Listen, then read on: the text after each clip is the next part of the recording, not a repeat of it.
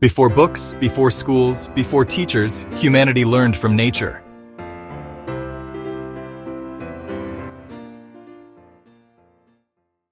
Nature teaches balance, the predator and prey, the storm and the calm, the growth and the decay.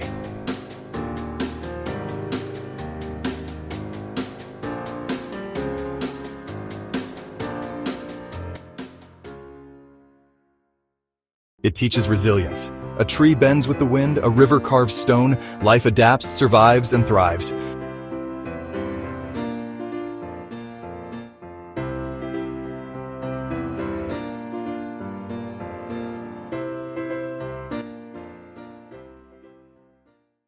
And it teaches beauty.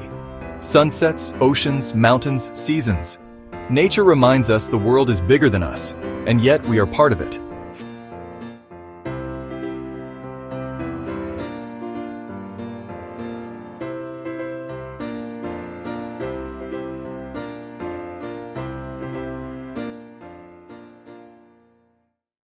So is nature the greatest teacher, or have we simply forgotten how to listen to its lessons?